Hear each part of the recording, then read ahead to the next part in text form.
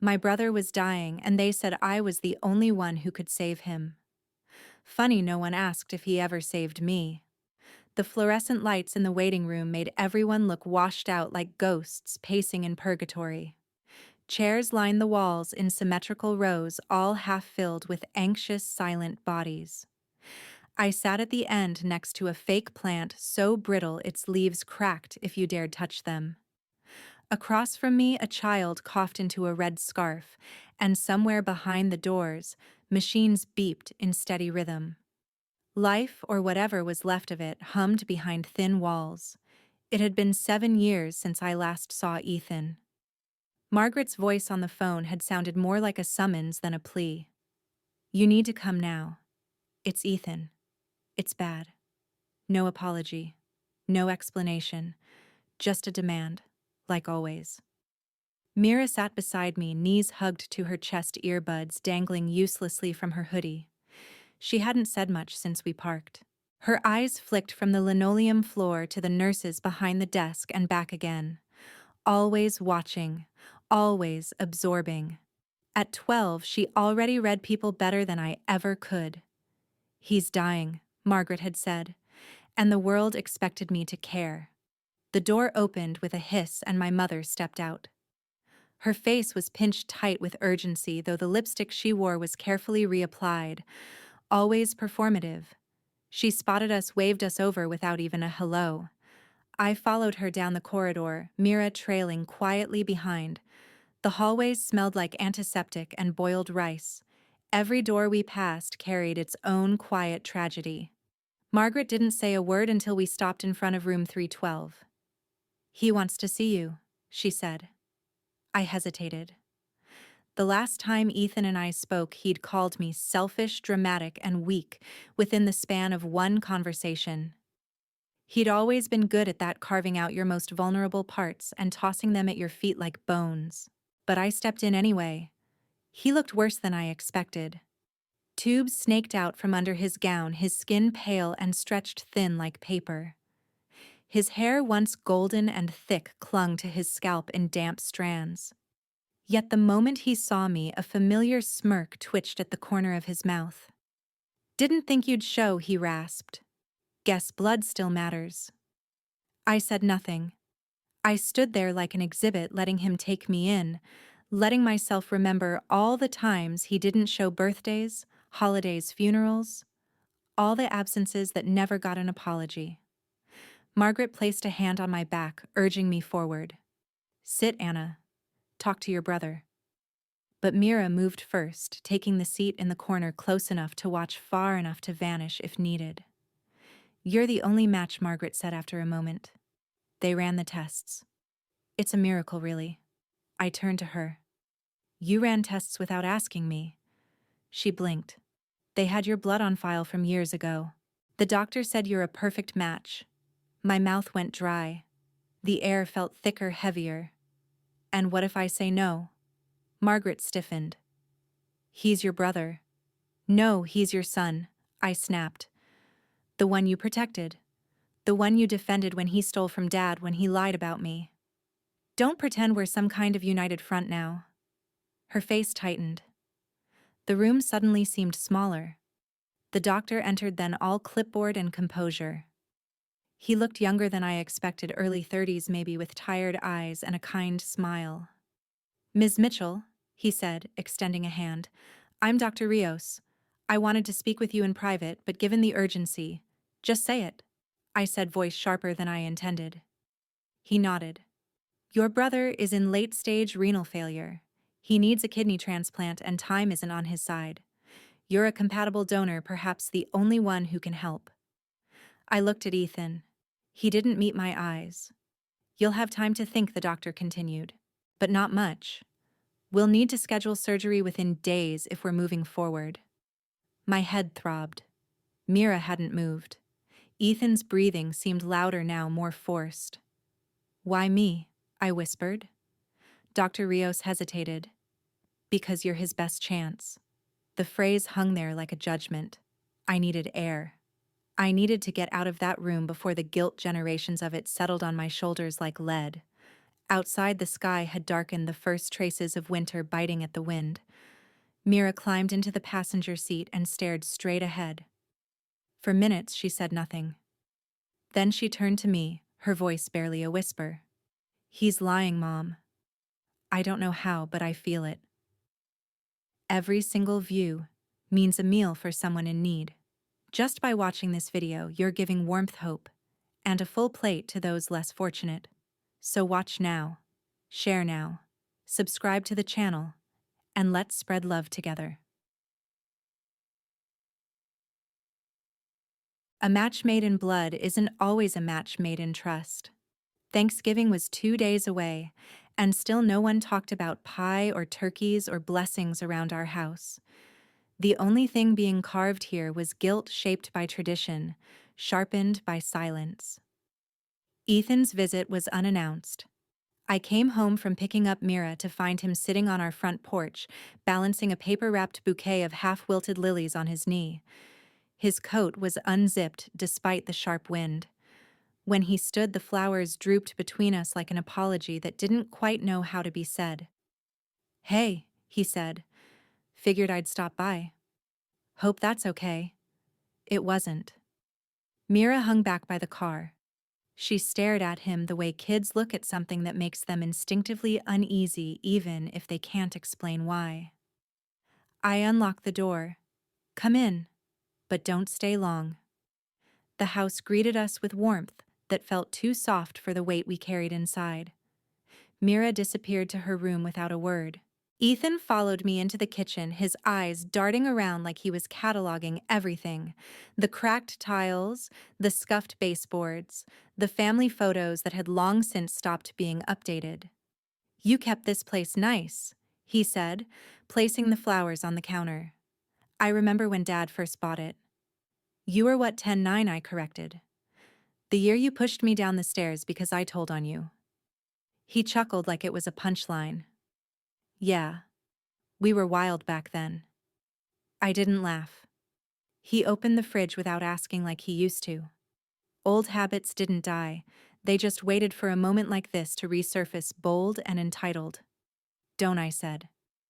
He froze, hand on the handle of the milk carton, then backed away. "I just wanted to say thank you," he said, "for even considering it. The surgery. I know I don't deserve it." I leaned against the counter. "Then why ask?" His mouth twitched. "Because I'm scared." I didn't know if it was true. I didn't know what was anymore. Later, as he left, he gave Mira an awkward wave. She didn't return it. Her arms were crossed, her eyes tracking the way his fingers twitched as he gripped the doorframe, the way he kept glancing at the car across the street, like someone might be watching. That night, I scrubbed the vase Margaret gave me last Easter and placed the flowers inside. It felt performative, like I was pretending we were one of those families that sent thank you notes and ate dinner at the same time. The phone rang. "Margaret." "You let him come over?" she asked without greeting. "He let himself in." "You always find ways to punish him. He's reaching out. Can't you meet him halfway?" Halfway to where another lie. Another manipulation. "You're bitter." I closed my eyes. "I'm tired. You used to have a kind heart, Anna. I don't know what happened to you." "You do," I said. "You just don't want to admit it." She hung up. The next day, Mira stayed late at school, citing a library project. When I picked her up, she was quiet again, but her silence was never passive. It always meant something was building beneath the surface. As we drove, she finally asked, "Did Uncle Ethan ever say, 'Sorry'?" I glanced at her. "For what?" "For when you were a teenager. For whatever he did." I gripped the steering wheel.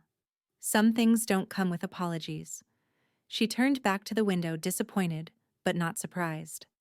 That night after dinner, I stood in the bathroom brushing my teeth when I caught my reflection and didn't recognize it. The lines around my eyes looked deeper. My shoulders curled like they were bracing for impact. I walked into the living room where Mira sat reading and said, "I'm going to call the transplant coordinator tomorrow. Start the process." She didn't look up. "You sure?" No, I said honestly, but I need to know if I can. Then I'll decide if I should. She nodded, eyes fixed on her page. Later, after I tucked her in, I passed by her room again an hour later. The door was ajar. Light from her laptop flickered against her blanket. Her fingers moved fast across the keyboard the way they always did when she was trying to solve something the world couldn't explain. The screen glowed with her typed words. How to tell if someone's faking kidney failure. My mother cried when I said yes. Not because I was saving Ethan, but because I was finally obeying. The hospital cafeteria smelled like overcooked broccoli and coffee that had died hours ago. I sat across from Ethan at a Formica table watching him stir sugar into his tea with exaggerated slowness. It was his third packet. The cup was already sweet enough to rot teeth, but he kept adding more as if the ritual itself mattered more than the result. You didn't have to do this, he said softly, stirring still. Really? I know we haven't, you know, been close. I said nothing. He smiled boyish and rehearsed. But maybe this is a start, right, a second chance. Mira would have rolled her eyes if she were here. I could hear her voice in my head. He's not trying to reconnect, he's trying to soften you. And maybe she was right. He reached across the table suddenly and touched my hand, cold fingers a little too steady for someone supposedly on the brink of organ failure. I'm grateful, Anna. I really am. I pulled my hand back and nodded, pretending that didn't leave a chill in my chest. The next day was Thanksgiving Eve. My classroom still smelled faintly of dry erase markers and construction paper when I slipped in early to grab some files. A few leftover turkeys made from hand-traced fingers flapped lazily on the bulletin board. My students had gone home in festive spirits. Their problems centered around pies and parades, not kidneys and bloodlines. I stood at my desk for a moment, staring at the laminated photo of Mira pinned under a magnet. First grade. Missing front teeth. Eyes too wide for her face. She looked older now. Smarter, too. At 6 that evening, Margaret's house was already crowded. The dining room table sagged under the weight of mashed potatoes, green bean casserole, and a turkey that no one really wanted but everyone expected. Don't just stand there, she said, ushering me in with a tight smile. Family only gets so many chances to come together. Mira stayed close to me, her eyes scanning every corner, every face. Ethan was already there, dressed better than usual, a crisp shirt sleeves, rolled hair slicked back. He hugged Margaret like a long-lost prodigal and kissed her cheek with theatrical affection. You look amazing, Mom, she beamed. Healing looks good on you. He turned to Mira next, and there's my favorite niece. You're taller. Mira stepped back. People grow. He laughed, but it didn't quite land. Dinner was a play. Margaret directed it with forced cheer, George sitting at the far end, silent and hollow-eyed, a fork, pushing peas back and forth on his plate. The toast came halfway through the meal, Margaret rising with her wine glass held high. This family will be whole again, she said, voice cracking with emotion she didn't earn. We are stronger together, and I thank God every day for second chances. Ethan wiped a fake tear from his eye. Mira picked at her food, silent until Ethan's phone buzzed. He pulled it out under the table, not realizing she had been watching. She saw the screen light up. Message preview, new batch incoming. Be ready. Her expression didn't change, but her fork froze midair. After dinner, she tugged my sleeve. Mom, I need to tell you something. We stepped onto the porch, the cold air biting through my sleeves. Mira spoke low. He's hiding something. I saw his phone. A message. It said, new batch incoming. That doesn't sound medical. I frowned. You shouldn't be snooping. I wasn't. It was in plain view. I'm telling you, he's lying. I sighed, exhausted. Mira, just be careful with accusations. You don't know what you saw. Her face fell. So you're just going to ignore it? No. I'm going to think before I tear apart a fragile truce. She stormed back inside, muttering something I couldn't catch. Later, after dessert, George found her near the hallway where the coats were hung. He didn't smile or kneel down or soften his tone. He simply stood beside her and said, "Your mother won't listen to me. But I believe you." I thought giving him my kidney would be the hardest part. Turns out it's giving him my trust. The testing room smelled like bleach and plastic tubing. Fluorescent lights hummed overhead, casting a pale yellow wash over everything. I sat on the padded exam table, arms folded over the paper gown, feeling like a specimen rather than a person. "Doctor." Rios entered with a clipboard in one hand and a practiced smile on his face. He asked the same questions I'd answered twice before, maybe to make sure I hadn't changed my mind. Maybe to catch the hesitation he was trained to look for. "You understand the risks," he said. I nodded. "You're not being coerced, pressured." I paused longer this time, only by my conscience. He nodded like that was a perfectly valid kind of pressure. Maybe in his world it was. Later that afternoon, Ethan stopped by the hospital's family lounge while I waited for blood work results. He held something behind his back like a magician about to pull a rabbit out of a hat.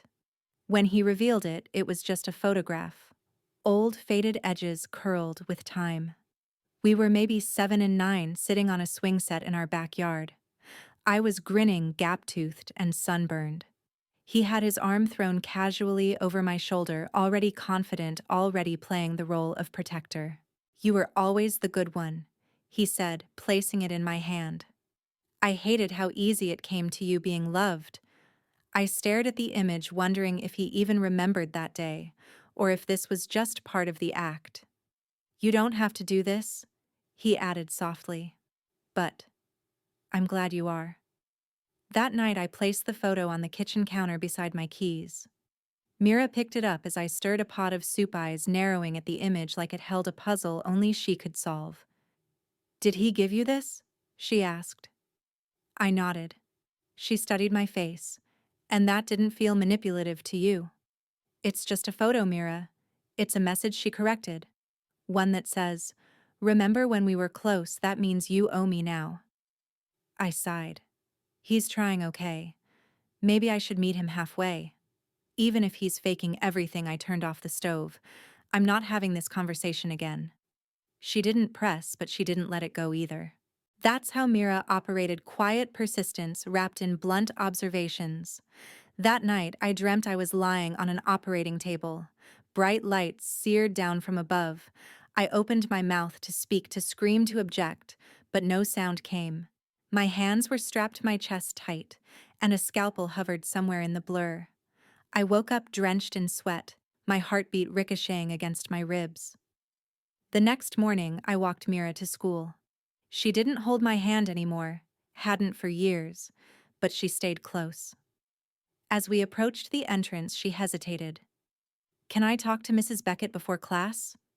Your counselor?" She nodded. "I just need to ask something." I watched her disappear into the office wing and wondered what she would say. I'd stopped underestimating her years ago. Mira wasn't the kind of kid who asked questions lightly.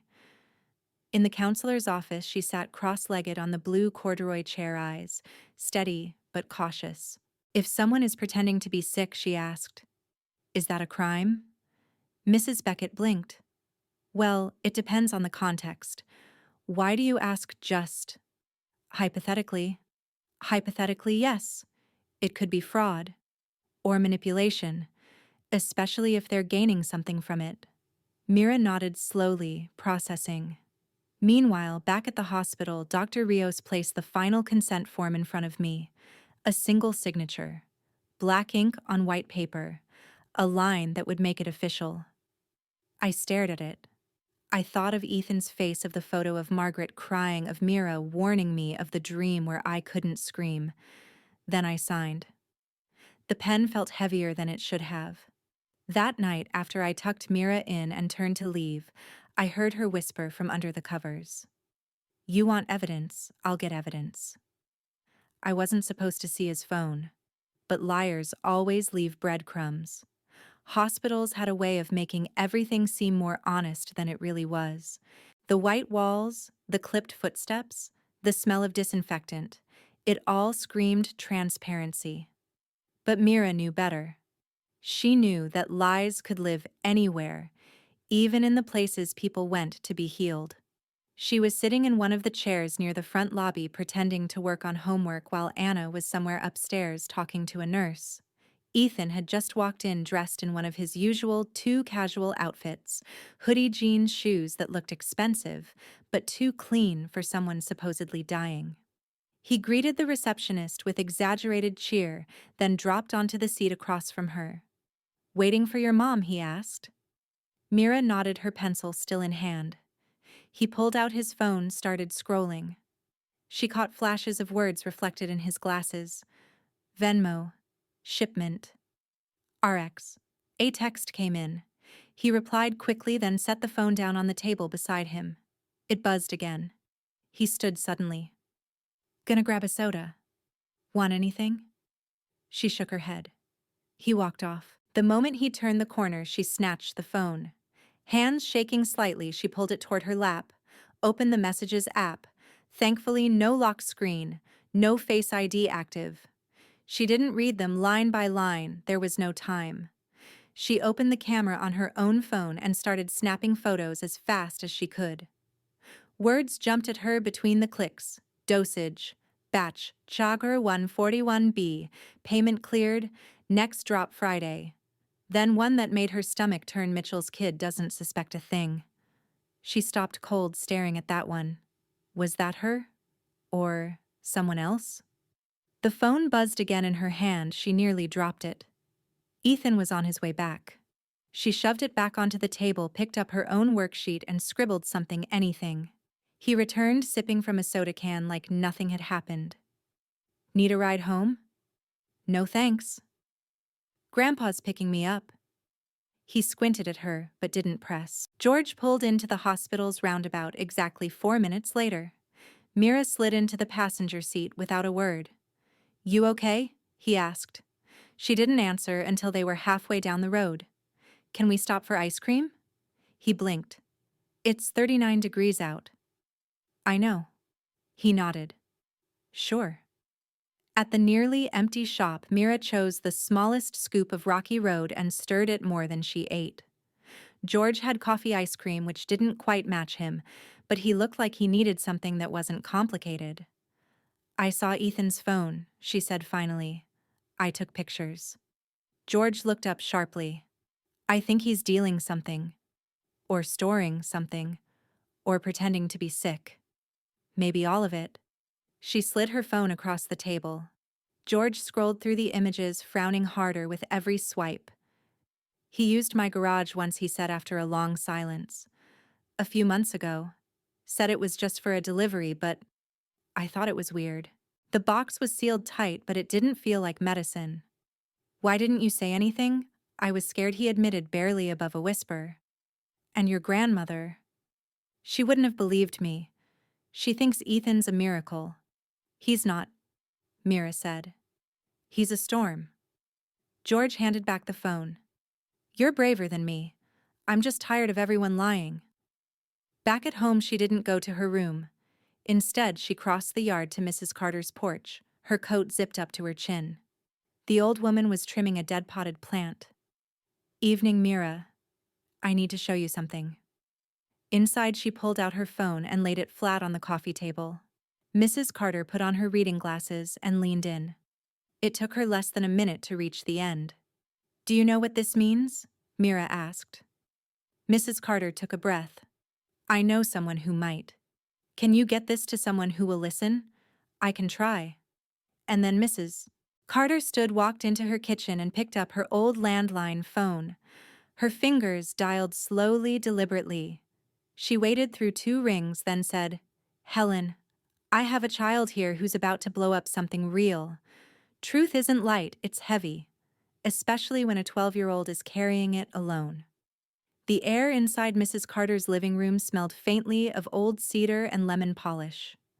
Mira sat on the edge of the floral-patterned couch, her backpack beside her, like a silent accomplice. She had barely slept the night before, not because she was scared, but because her brain wouldn't stop spinning.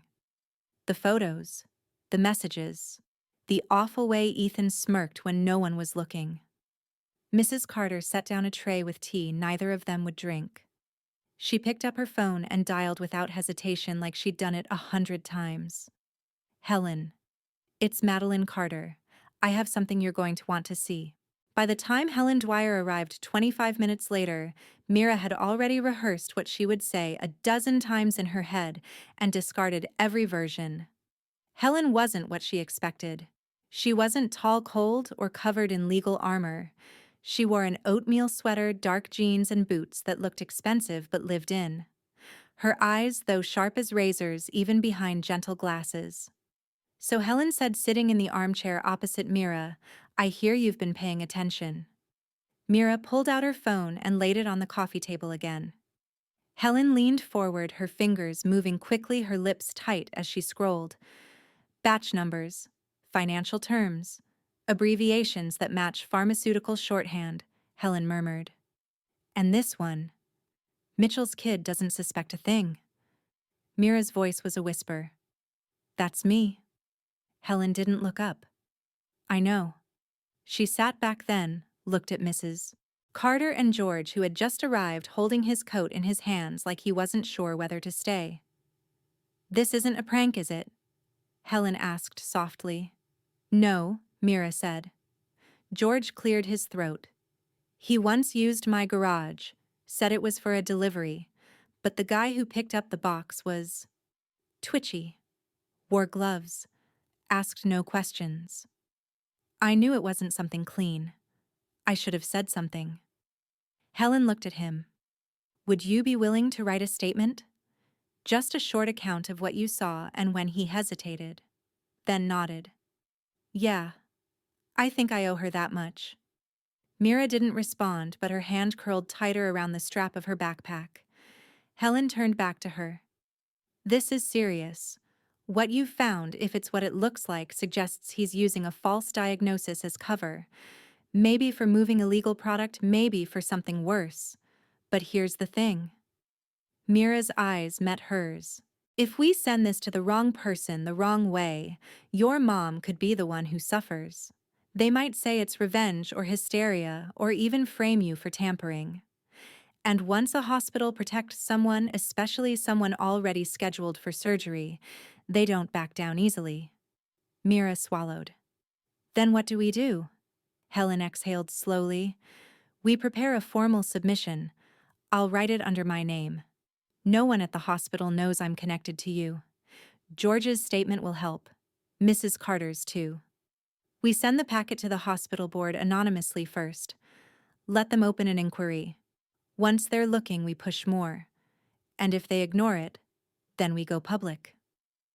The words hung in the room like a storm cloud waiting to burst. Mira felt the weight of it heavier than any homework or fight she'd ever had at school. But if we do this, Helen said, finally leaning forward, her voice lower.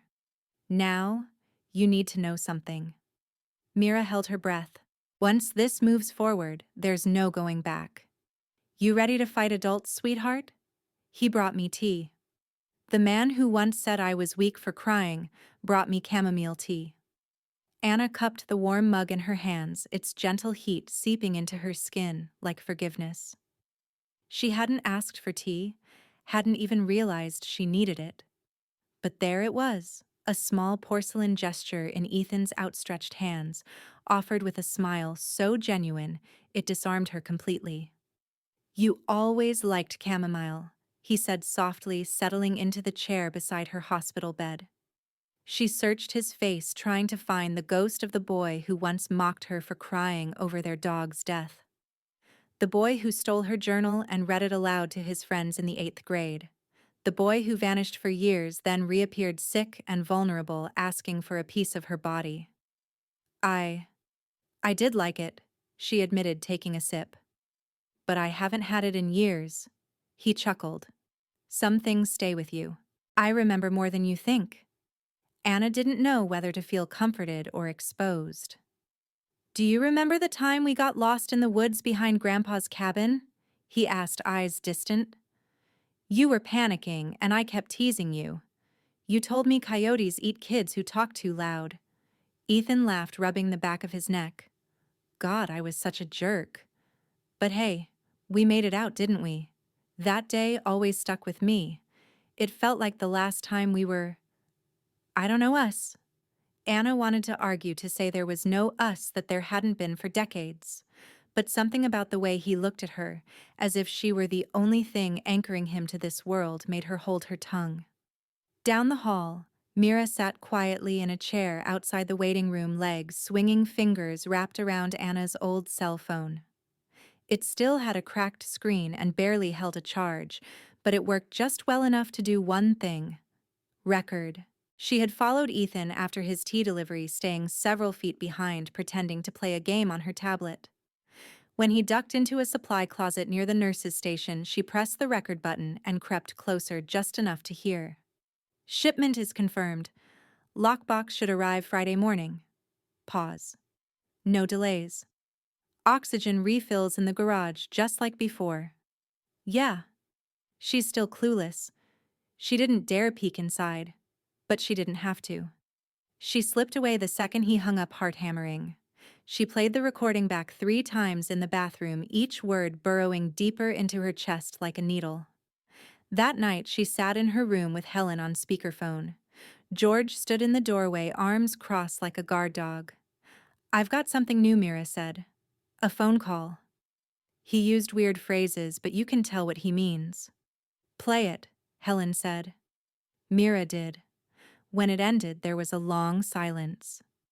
"I think this is it," Helen finally said. The phrases match known smuggling lingo. "We'll include it in the board submission. But Mira, once we send this, he won't just get suspicious. He might start getting dangerous." "I'm not scared." "I know," Helen replied. "That's what scares me." The next morning, Anna sat at the kitchen table reading through a post-op dietary guide with half a smile. Mira came downstairs, stiff and quiet, her phone still in her hand. "He brought me soup last night, too," Anna said without looking up. "Talked about maybe taking a trip after all this. Just us. Starting fresh." Mira didn't respond. Anna glanced up. "I know what you're thinking, but people can change, Mira." "He's changed. I can feel it. It's strange what people call family loyalty. Sometimes it's just code for silence." Helen stood before the frosted glass door that read, "Hospital Ethics Committee Internal Review," in crisp black letters. The folder in her hand wasn't thick, but it felt like it weighed 100 pounds. She took one breath, then another, and knocked. Inside, a young administrative assistant with a clipboard and perfectly manicured nails accepted the envelope. She didn't ask what it was. She just nodded and said, "We'll log it with today's submissions." No ceremony, no questions, no protest. It was done. Elsewhere, Anna stood in her classroom, cardboard boxes stacked beside her desk. The bulletin board still carried Thanksgiving-themed crafts, each one signed by a small, clumsy hand. She ran her fingers over the edge of one, a turkey made of paper leaves, and glitter labeled "Ms. Mitchell is the best." She had told her students she would be away for a special surgery to help someone I love. The words had choked her on the way out. She hadn't even said his name. One student, Eva, had run up after class and slipped a bracelet into Anna's hand, beaded uneven, spelling out hope. "You'll come back, right?" Eva had asked. Anna smiled. "I will." Now, standing alone in the quiet classroom, she doubted the truth of it. Not because of the surgery, but because of what it had forced her to confront: the fragility of forgiveness, the sharp edge of obligation. She taped the last box shut and turned off the lights. Mira waited by the front doors. Her backpack was heavier than usual, and not just because of books. Anna didn't see her until she was halfway out the door. "You came all the way here?" Anna asked, surprised. Mira nodded. I wanted to talk." They stood near the empty lockers surrounded by old posters and the faint smell of erasers and floor wax. You don't have to do this, Mira said, her voice steady but soft. We can still stop it. Anna's shoulders tensed. Stop with the surgery. Ethan. All of it. Anna exhaled sharply, eyes narrowing. Mira. Not again, I'm serious, Mira insisted. You don't see it because you don't want to see it. But he's lying. And you know it. You feel it. Somewhere inside you know he hasn't changed. I do see, Anna said louder now. I see a sick man who finally asked for help. I see a family trying to heal. I see a daughter who's so obsessed with being right, she can't let anyone move on. Mira flinched. Anna regretted it instantly, but the words were already loose. Stop looking for monsters in your family, Mira. There was a pause so thick it hummed. Then Mira turned and walked away. Anna didn't call after her. That night, Mira sat on her bed, her knees pulled to her chest. The photos Ethan had sent Anna weeks ago were still on her phone. Smiling faces, a picnic from childhood, a Christmas morning when Mira was 4. She deleted them all, one by one, without blinking. Then she opened her notes app and wrote everything, every detail, every message, every time-stamped memory.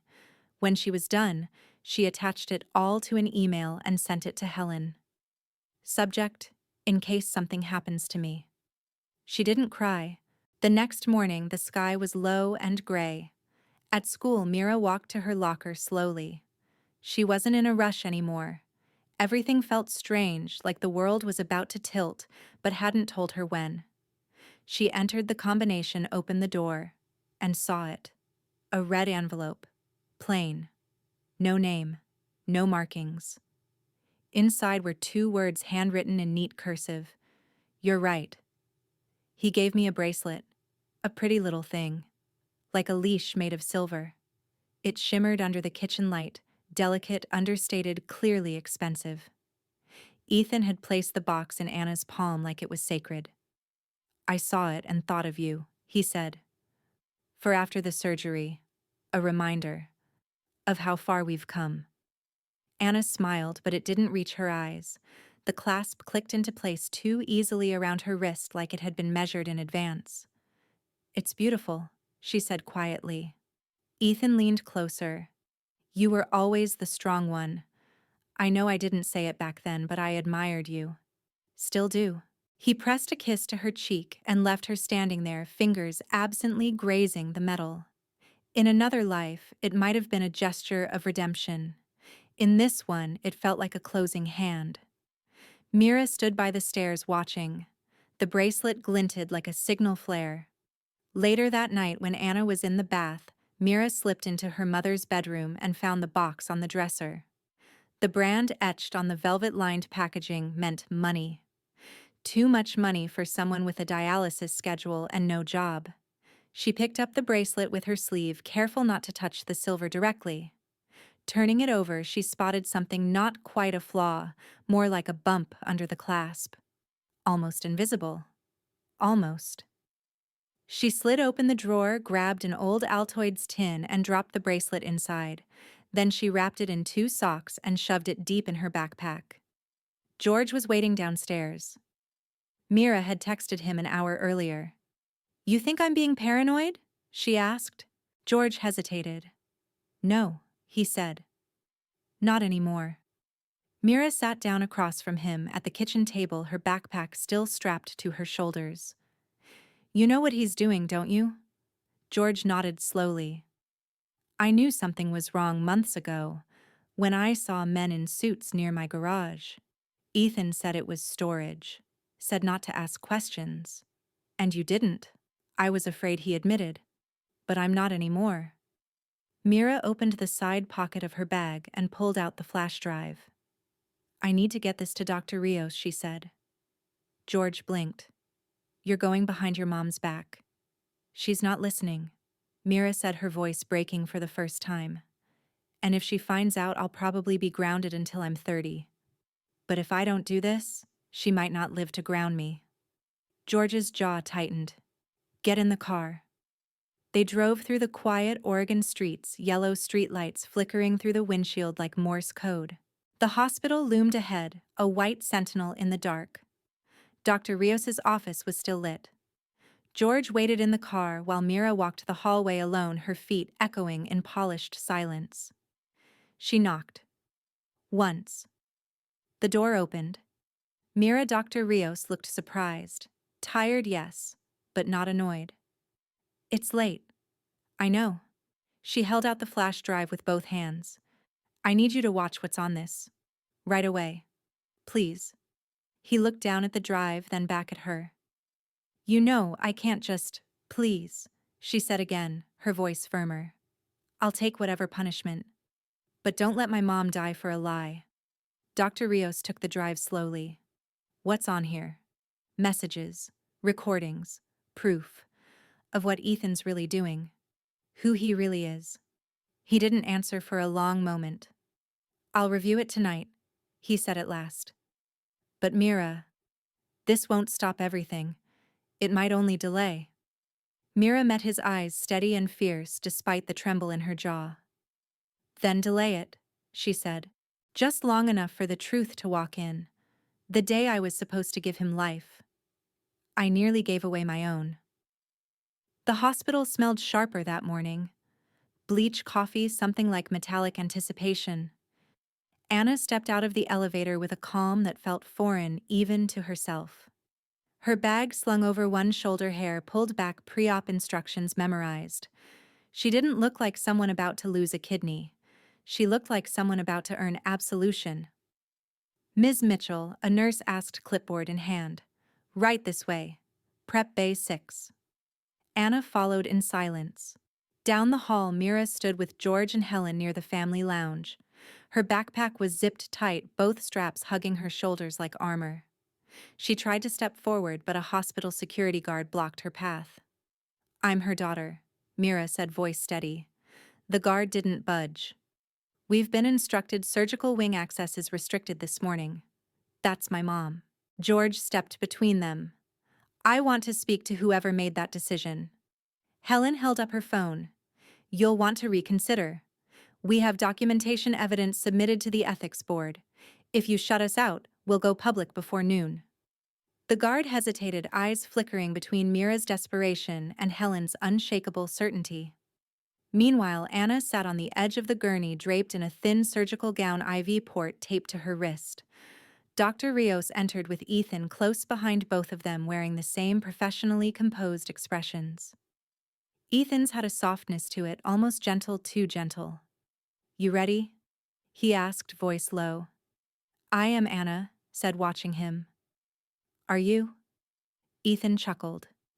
Never been more sure of anything. Dr. Rios cleared his throat. We'll be beginning shortly. Just a few forms left to finalize.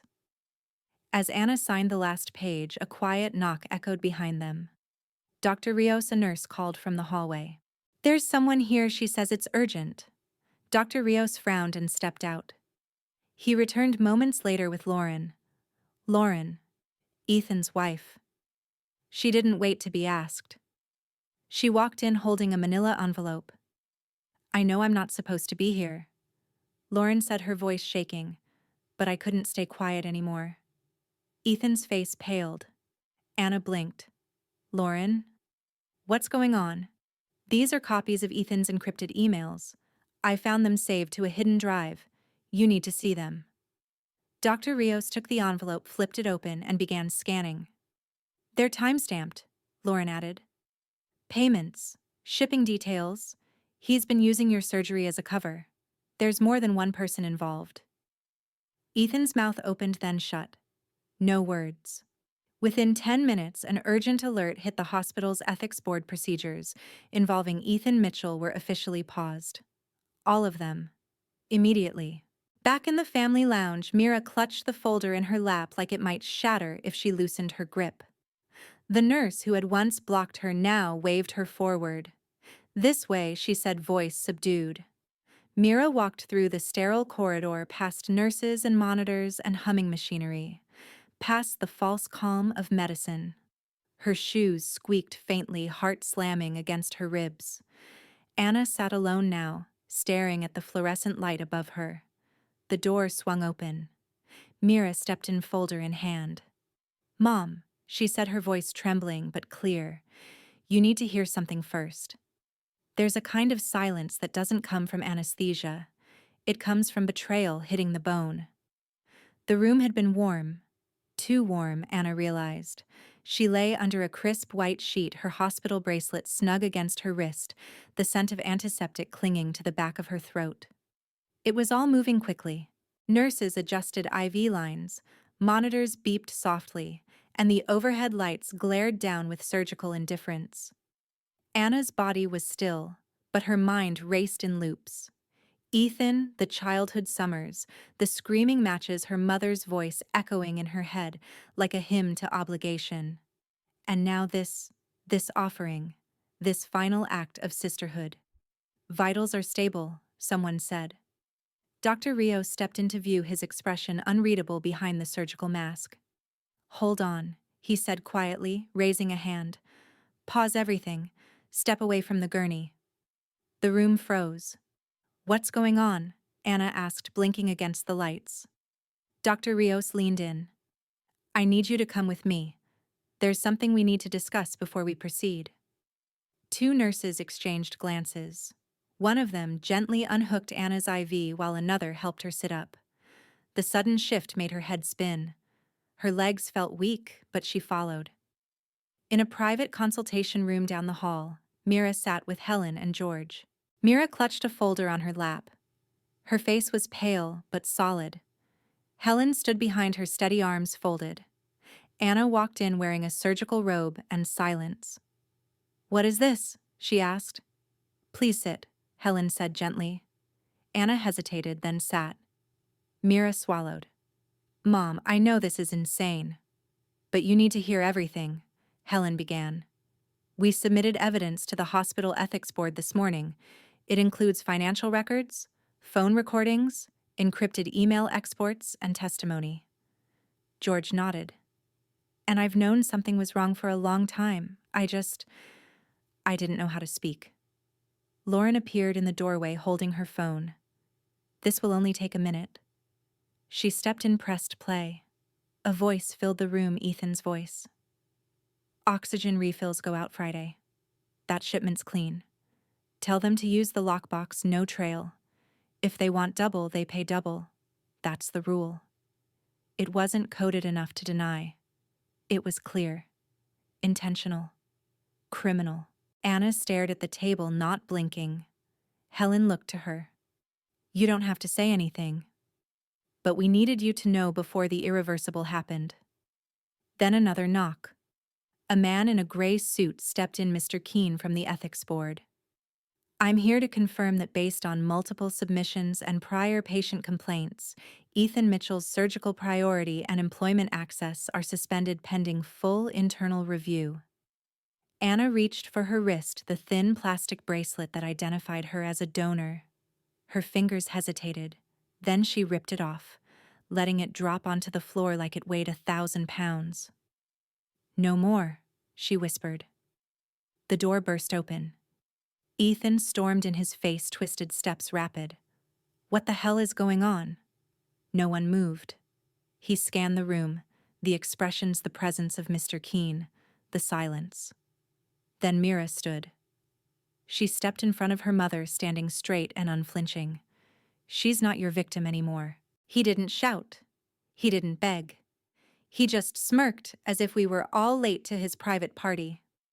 The conference room buzzed with tension. Ethan sat across from the small circle of accusers, his posture defiant, as if the weight of the moment was lost on him. His fingers drummed against the table, creating a rhythm of arrogance. "Everything you've said is a lie." Ethan began, his voice smooth and controlled. "I don't know what game you're playing here, but I assure you it's not going to work." Dr. Rios sat in silence, his gaze fixed on Ethan. Behind him, Mr. Keene from the ethics board made notes, his pen scratching quietly on paper. Helen stood at the back, her arms folded, eyes unwavering. Anna, Mira, and Lauren sat to the side, watching. Ethan's smirk never wavered. He looked at Lauren, the only one who hadn't spoken yet. Lauren's voice cracked as she finally spoke. I saw him prep the shipment in our garage. I kept quiet for so long. Not anymore. Mira shifted uncomfortably in her seat, her fingers tight around the edge of the chair. Ethan's expression faltered for the briefest of moments, but it was enough. He wasn't used to being questioned, let alone accused. His gaze turned icy, scanning everyone around the table as if they were the ones out of place. "You're all ridiculous," he muttered, a hint of venom in his tone. "You think these accusations can ruin me? I'm Ethan Mitchell. I've built my life on success, and I will not let anyone tear it down." Dr. Rios, who had been quietly observing, finally spoke up. "I don't operate under fraud," he said, his voice cutting through the room like a knife. "Effective immediately, I am withdrawing from this surgery. I can't in good conscience be involved in any of this." The words hung in the air. Ethan's jaw clenched, his eyes narrowed with fury. Anna stared at the man who was once her brother, the man she had once trusted. His words no longer carried the same weight. "Mr. Mitchell," Mr. Keene interjected calmly, "your hospital privileges are now suspended indefinitely. We will be launching an internal investigation." Ethan didn't speak. He sat there, his lips pressed into a tight line, his eyes flicking between the people in the room. It was clear now the walls were closing in, and he knew it. George, who had remained quiet until now, finally broke the silence. This time he set his voice low and steady. "No one's protecting you." Ethan's face tightened in anger. "You think this is over? You think I'll just roll over and accept this?" He stood abruptly, pushing his chair back. "You're all pathetic." Anna stood as well, her legs shaking but her resolve stronger than ever. She walked up to Ethan, her eyes never leaving his. "I almost gave you a part of my body," she said, her voice steady. "But I gave you too much of my life already." Ethan blinked, but the defiance in his eyes never wavered.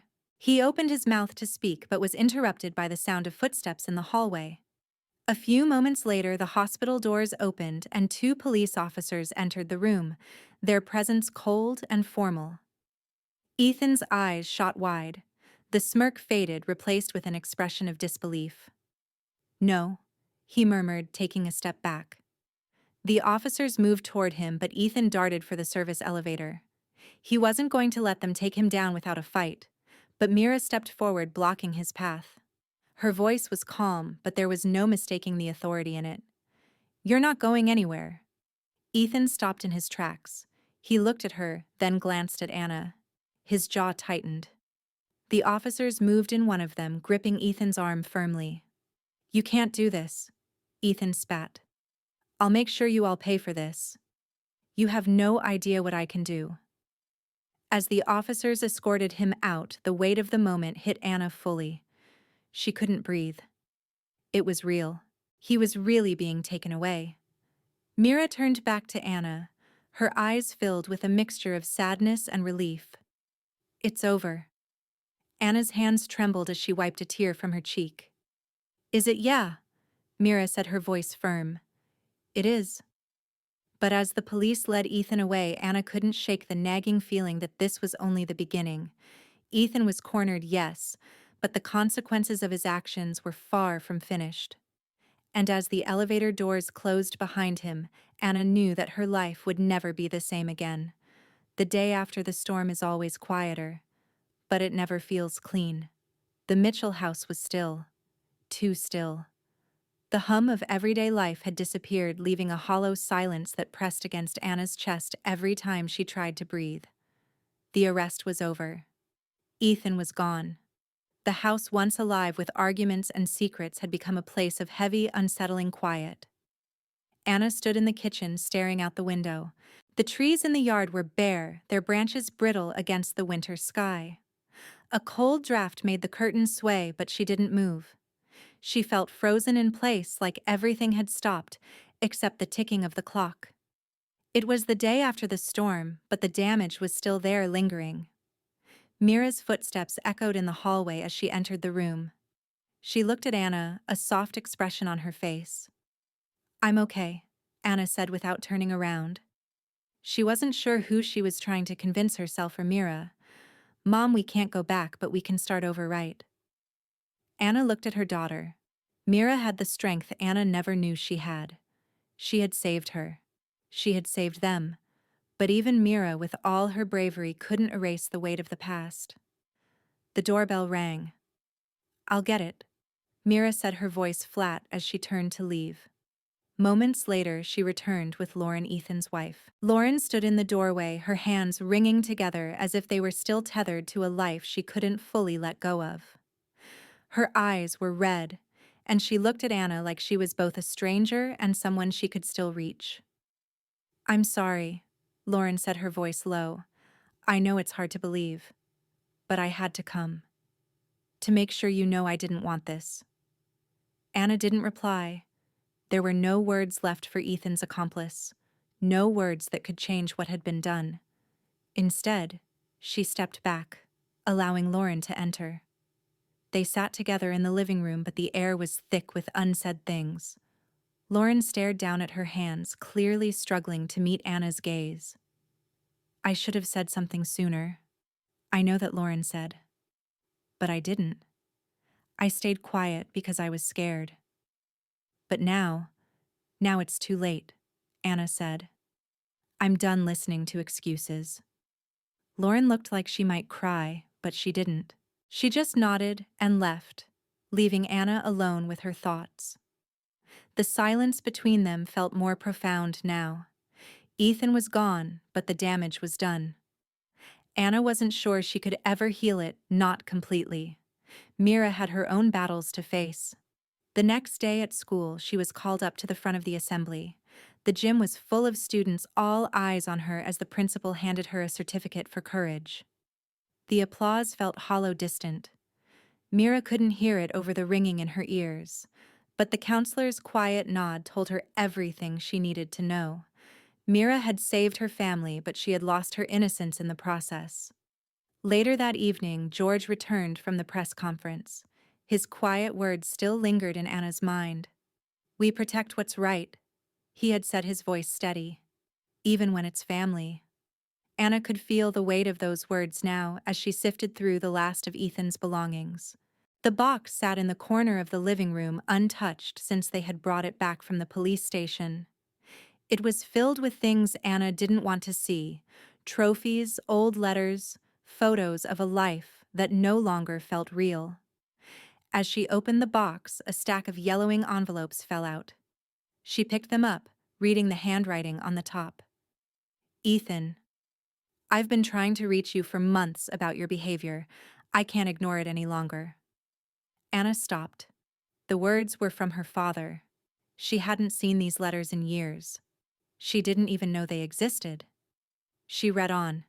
It was clear now.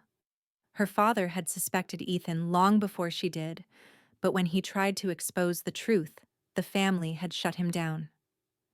Anna's heart ached as she realized how much her father had carried, how much he had known and never spoken. The letters were full of quiet desperation. Her father had seen through Ethan's facade. And yet, they had all ignored it. They had all believed the lie. Anna couldn't read any further. She set the letters down, closing the box with a shaking hand. Ready? George asked, standing in the doorway. She nodded. He came to her side, and together they carried the box outside. The cold air nipped at their faces as they stood next to the fire pit, the flames already crackling. The box was thrown onto the fire, the paper curling and burning in the heat. Ethan's life, his lies turned to ashes in front of them. It's over, George said quietly. Anna didn't answer. The smoke filled her lungs, and for a brief moment it felt like everything she'd been holding on to, the past, the anger, the guilt, was finally fading away. But then a car engine roared outside. Anna turned just in time to see Margaret's car pull out of the driveway. Her mother drove past without a word, the door slamming as she left. A photo of Ethan still hung from her rearview mirror, swinging back and forth like a ghost that wouldn't let go.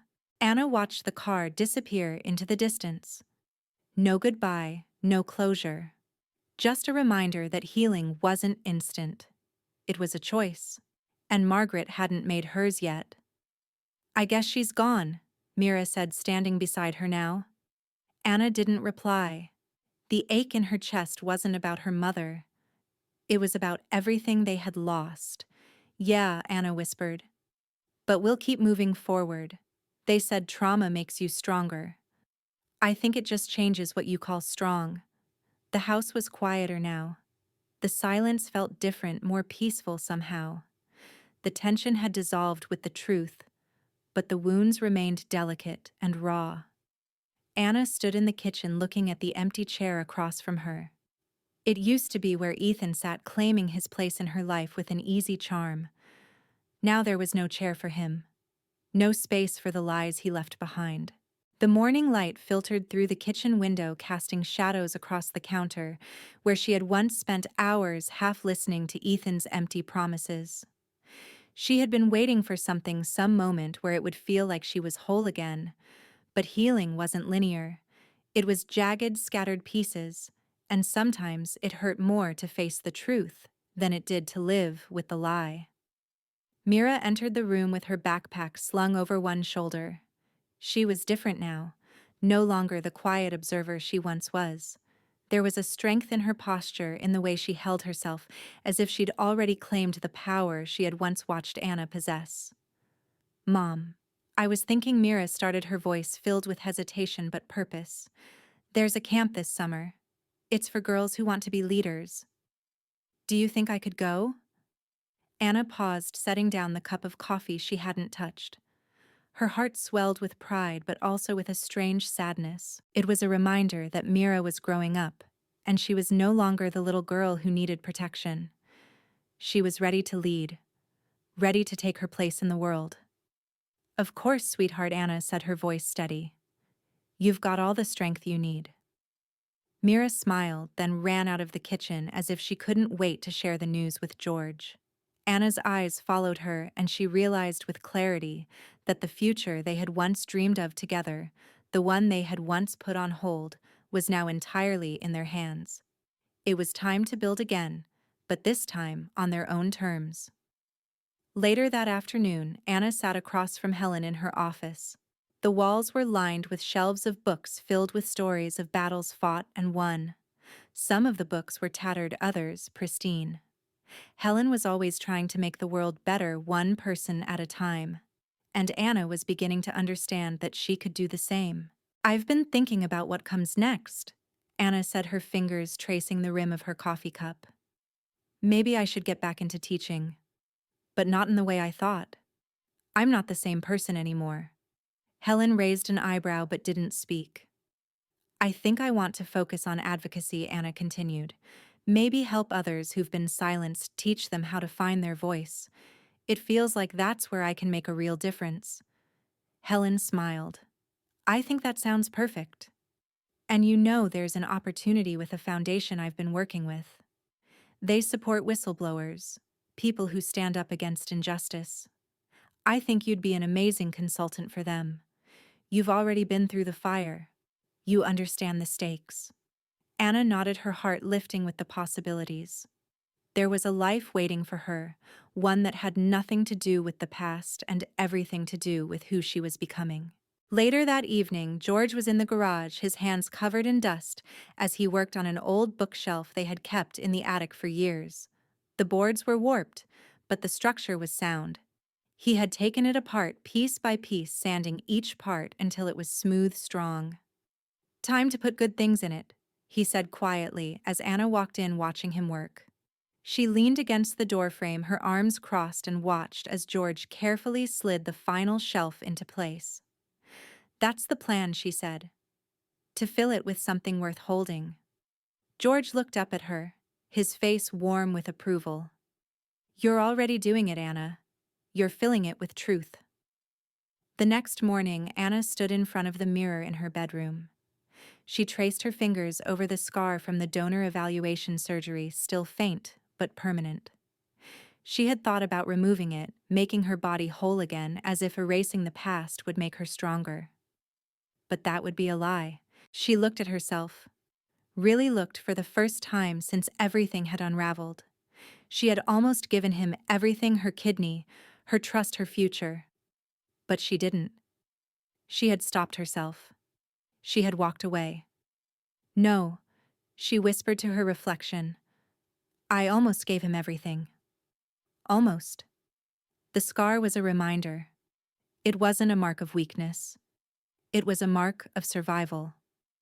Later, Anna and Mira sat outside on a park bench, the same one Mira used to sit on when she was younger. They watched the children running around laughing without a care in the world. The world was bigger now for both of them. They had come through something together, and they had both emerged stronger. Can I tell my story one day? Mira asked, looking up at Anna with those wide eyes. Anna smiled softly. Only if you tell it like you lived it, terrified, but brave anyway. Mira nodded, her face serious for a moment before she broke into a smile. Then I will. Anna's heart swelled. Mira wasn't just surviving anymore. She was becoming someone who could lead, someone who could change the world. And Anna knew that for the first time in her life, she was no longer afraid of the future. It was theirs to shape together. And it would be full of truth, hope, and everything they had built from the ashes. Justice doesn't roar. Sometimes it just hums steady and low long after the chaos fades. It had been 1 week since the surgery that never happened, and Anna was finally breathing without guilt. The weight had lifted, not instantly but slowly, like the final breath of a storm clearing. She could walk into a room now without the quiet hum of anxiety threading through her thoughts. There were no more whispers of what ifs or wondering whether her sacrifice would have been worth it. But she couldn't shake the feeling that this was just the beginning of something new, something she had to build from scratch. Anna sat at a small table in the local bookstore, signing a book she had co-authored for a nonprofit campaign aimed at supporting victims of familial abuse. The book was filled with survivor stories, and hers was one of the chapters. She looked up from the page to see Mira standing near the entrance, nervously clutching a stack of her own papers. I did it, Mira said, her voice full of quiet triumph. I'm reading it at the school event today. Anna smiled. I knew you would. You've got courage, kid. Mira held out a piece of paper. Mom, this is the story. It's about everything. What happened? The truth you know. Anna's hands shook as she took the paper, the familiar weight of it pressing on her chest. It wasn't just her daughter's project. It was the first time Mira had put words to the things they'd been through. And this time, it wasn't her mother protecting her. It was Mira telling her own story, telling the truth, with a voice louder than any of the lies. Later that afternoon, Mira stood in front of the packed auditorium at Riverside Elementary, her words filling the room. The cost of a kidney, Mira read aloud, her voice. Steady, her eyes scanning the crowd. A story of family betrayal and the price of silence. Anna sat in the back of the room watching her daughter with pride. This wasn't just a school project. This was a declaration, a proclamation of who Mira had become: a survivor, not a victim. Anna felt a quiet swell of emotion. She had watched Mira grow from a little girl who had looked to her for protection into the young woman who was now protecting her. As the applause echoed through the auditorium, Anna smiled, knowing that this was her daughter's moment, and she was proud to be the one who had witnessed it. That evening, Anna sat across from Helen in her living room. The evening had fallen into a comfortable quiet with George outside working on a new project. I think it's time to make it official, Anna said, signing a partnership agreement for the nonprofit that Helen had been helping her get involved with. The organization was dedicated to supporting those who, like Anna, had been silenced by their families. It was a way of turning her painful past into something productive, something that could help others. Helen smiled at her, her eyes full of admiration. You're doing amazing work, Anna. You've turned this whole situation around. I'm proud of you. Anna nodded, the weight of the last few months still heavy but more manageable now. It's not just about helping others. It's about finding a way to stand up for myself, to not let anyone dictate who I am. Outside, George had planted a new tree in the backyard. The old one had withered and died a casualty of the years of neglect. But now the new one stood tall, strong, and unbroken. He stood next to it, wiping his hands on his jeans, and looked over at Anna. "You don't rebuild where you fell," he said softly. "You grow beyond it." Anna nodded, her heart swelling with emotion. George was right. It wasn't about erasing the past. It was about finding a way to grow from it, to make something new from the ashes of what had once been. Later that evening, Anna sat on the porch watching as Mira and George worked on putting together a small fire. It was peaceful now, the kind of quiet that felt real and grounded, not the silence of uncertainty. It felt like they were finally free, no longer tied to the ghosts of the past. Anna took a deep breath, and for the first time in a long time, she felt something that had eluded her for years: peace. Mira sat down beside her, looking up at the stars. "Do you think everything happens for a reason?" Mom Anna looked at her daughter, the girl who had once been afraid to speak, and now was standing up for herself in ways Anna never had. "I don't know if everything happens for a reason," Anna said. "But I do know that we can make a reason. We can choose what we do with it." Mira nodded, and they sat in silence for a few moments, watching the flames dance in the fire pit. Finally, Mira turned to Anna, her expression serious. "Can I tell my story one day?" Anna smiled, a soft, knowing smile. "Only if you tell it like you lived it, terrified but brave anyway." Mira's smile widened, her eyes gleaming. "I will. I promise." Anna took one last look at the stars, the quiet night stretching out before her. There were no clean endings, but there were moments. Quiet, steady moments when the truth finally stopped running.